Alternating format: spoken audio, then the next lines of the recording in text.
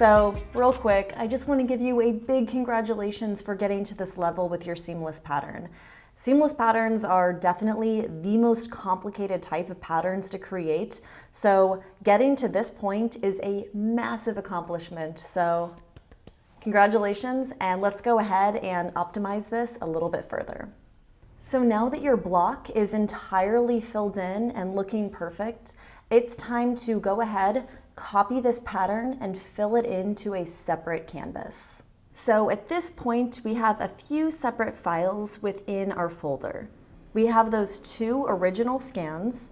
We have those elements scanned in, cleaned up, and all on their own individual elements. And then we have our block file, which is what we just completed. Remember, the block is essentially the backbone for our entire seamless pattern. So now that we have this block file entirely arranged and saved, it's time to create our final working file for today's class, which is where we start dropping in that pattern. So if you haven't already saved your block, go ahead and do so, Command S on your keyboard, and we're going to create our final working file. So Command N to start a new document. I'm going to keep all of the settings over here the exact same. 12,000 pixels by 12,000 pixels, 300 ppi, and RGB color mode. And now I'll go down here and press Create. Before we go any further, I want to go ahead and save this new canvas. So Shift Command S for Save As, and I'm going to tap Sweet Florals block and change block to pattern. Again, I want to make sure that I'm a large document format, so it ends in PSB. We're saving into that same Sweet Florals folder. I'll go ahead and press Save. Again, you want to take a look up here at your tab and make sure that that file name changed. If it didn't, go ahead and close it, Command W, go back into your folder, and open it up again in Photoshop. So why did we make a 12,000 by 12,000 pixel file, which remember is the same thing as 40 inches by 40 inches? So this is the sweet spot for me when it comes to file sizes for 2 of the primary print-on-demand sites I use, which is Redbubble and Society6. If I go any higher than 40 by 40 inches on Redbubble, it has a hard time uploading and sometimes it doesn't work. And if I go smaller than 40 by 40 inches, then it won't enable all products on Society6, especially the big ones like furniture and bedding. So 12,000 pixels by 12,000 pixels, which is the same thing as 40 inches by 40 inches, is perfect for me. So what I want to do in this pattern file is literally just fill in the pattern from my block over here. And the reason this is important is because over here on our block file, it's just that, it's only the block. So you can see our canvas is indicated here with this blue box. Everything past that isn't actually part of our canvas. So if we were to try and save this, the only thing that would get saved is the block itself, nothing over here. So this is why I create a separate file to fill in the pattern in its entirety. This is for the block, that's perfect, it stays as is. That separate file will have that full flooded pattern in it. So I'll show you how I do that. Again, this block file is final, ready to go. So I'll go up here to Edit, Define Pattern. I don't really care what I name it, so I'll just press OK. And now if I toggle back over to my next tab, which is my pattern file, so I'll go to Layer, New Fill Layer, Pattern. Go ahead and press OK. We don't want this green ivy, so go ahead and find that caret next to that thumbnail. And you'll want to scroll down. I have a lot of patterns here in Photoshop. So scroll down to the very bottom and your latest pattern will be at the very bottom of that stack. Go ahead and tap it once and it will auto-fill in with that new pattern. So I'm going to show you my favorite trick in pattern fill. It's over here under the scale. You can actually adjust the size of this pattern by clicking the caret next to the scale and bringing your slider down to make the pattern smaller, and then up to make it quite a bit bigger. But for me, I want to fill that pattern in so it feels nice and full on the block. 45 is actually looking pretty good. I think I'll go with that. Again, this is a personal preference, so whatever you adjust here as the scale just depends on you and how large you want to see your pattern on products. But yeah, I think for me, 45 is looking pretty good. I'll go ahead and press OK. So here's the cool thing with pattern fill. You can go ahead, double click that layer thumbnail. Again, we're not clicking the mask, we're clicking the layer thumbnail, and you can adjust this size at any time. It's never permanent. So you have a lot of flexibility here, which is awesome. I'll go ahead and press OK.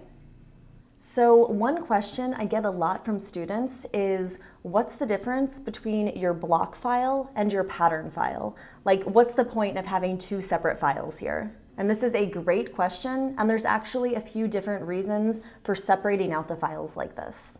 So the first and most important reason is that block file has all of those editable layers. So if I go back over here, toggle back to my block file tab, you'll see all of these individual layers listed. So if I ever need to go through at some point and make an adjustment and get rid of something or move it around, I always have that flexibility here in my working file because all of these layers are intact. Over here on my pattern file, everything is flattened, and if I need to change one individual element, it becomes a lot trickier because it's not separated onto individual layers. So if you ever need to go back and make a change, it's very easy to do over here in your block file because you have all of these elements individually on their own layer. So your block file is your editable file, and your pattern file is a flattened version of that pattern. And the second reason that I like having my block file separate from my pattern file is it helps me keep all of my files much more organized. This is good for me and my own mental sanity, and it's also great for my licensing clients who want to have easy access for my files. If I had everything, those elements, the block file, the pattern, all contained within one single file, it would be super chaotic. Instead, it's much better for them to be their own distinct files. And this is even more important when we get into creating all of those nice juicy color palette alterations later. You'll notice that your layers panel will just get more and more crowded with layers. So right now, for example, in our pattern file, we only have this one layer. We can actually go ahead and delete that background layer. But once we created all of our additional color palettes, you'll see that layers panel really start to fill up. So for the sake of organization, it's nice having all of the pattern fills on that one file and all of the individual elements that comprise the block on a separate file. And the third reason that I keep the block file separate from the pattern file is because of the intended purpose of each of those file types. So some print-on-demand companies require you to only upload the block, and others require that full pattern. So this is why I like to have both on hand. So let's take a look at the block first. Remember, when we save this block file, you're not going to see all of this stuff off to the side. You're only going to see what's contained within this blue box. So later on in this class, we're going to be saving this block file as a flattened JPEG. We'll be doing that for this color palette and all of the additional color palettes that we create in this class. Once I have a flattened JPEG saved of all of those individual color alterations, I'll upload this block file right into Spoonflower, and they'll automatically stack it and repeat it on their products, which are fabric and wallpaper. Later on in this class, we're going to be taking a deep dive into file uploads like this, but for now, I just want to show you a quick example of the difference between that block and pattern file when it's in a real-world application, like here on Spoonflower. So remember, all I did on Spoonflower was upload that original block, and Spoonflower is automatically stacking and repeating it right over here. You can see it's a basic repeat. If it was just that original block, it would look like this. But we're having Spoonflower do that repeat for us. So Spoonflower requires you to upload a JPEG of the block, whereas other print-on-demand websites require the full pattern. Like here, I'll show you an example with Society6. So here, I'll just dive into one product in particular. Let's take a look at the rug. So here, the file that I've uploaded isn't the block file, it's that full-on pattern. Because within Society6, they don't have the capability to repeat the block for you. You've got to do it yourself before you upload. Instead, you'll upload a flattened JPEG of that full-on pattern file and then size it to fit each individual product. So it's not a block that gets stacked automatically in the back end, like how Spoonflower does it. Instead, you already have that pattern file saved and flattened and uploaded as a JPEG. So this is why I want to have both file options saved, the block and the pattern.